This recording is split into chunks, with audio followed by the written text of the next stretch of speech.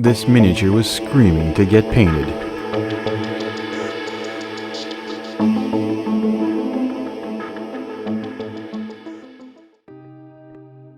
Hey everybody, hope you're doing well. So the Banshee from the War of Souls expansion from Massive Darkness 2 is primed in Grey Seer because we're going to be using some technical paints, some contrast paints, some speed paints, I think.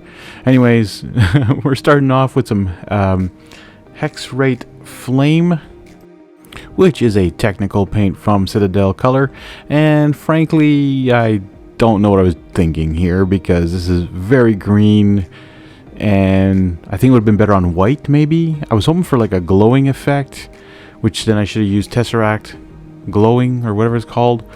Anyways, I'm going to fix this and hopefully I don't get yelled at by you guys for the bad paint job I did on that base part.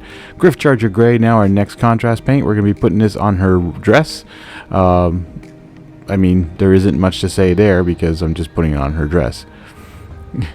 So, yeah, and contrast paint over Grey Seer is great.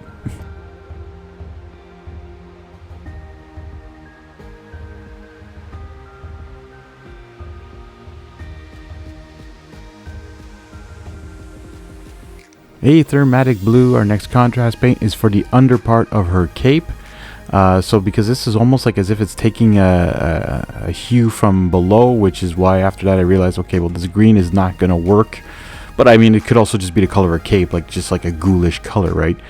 And speaking of ghoul, I'm using some Ghoul Gray. This is a D&D unique paint from the Iron Painter. And what I did is I thinned it down 50-50 with some Warpaints medium mix.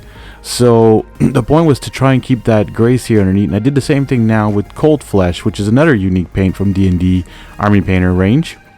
And the point was to keep the Grey Seer underneath a bit and sort of make it like a contrast or like a speed paint kind of thing by mixing it with that medium. And also I should have left the face as Grey Seer. I should not have painted the face because I find it doesn't pop enough now. Like there's no contrast between the face and the hair and all that. I really should have just left it as Grey Seer. However, the skin and the hair turns out okay. As you can see, like I'm putting on very lightly, so the Grey Seer sort of comes through like a highlight. So I'm trying to fix now the bottom part of the shade by putting Drakenhof Nightshade. Another mistake. Don't do this. Okay, paint it somewhere else. I should have just restarted this part, but I didn't want to. I didn't feel like it. Anyways, I will fix it. It will look good, I promise. So please keep watching the video. Hey, and if you like the video, hit a like button. And if you're new to the channel, hit that subscribe button. Alright, Akelian Green now. We're going to be doing these fancy little ribbons on her cape. This is just on the top part. On the underneath it has that other blue that I already put on, and I found it looked nice just having that light blue underneath with the darker blue. Volupus Pink now. We're trying to do the mouth and the eyes, but I think my brush was a little too big and it was awful, and it just... Anyways. Skink Blue. We're going to dry brush the bottom now. As you can see, this is a very light blue color.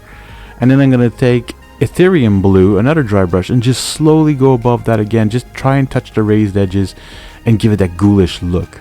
A little bit of hot pink now. This is from Army Painter's Air Paints, and we're making those eyes pop a little bit more.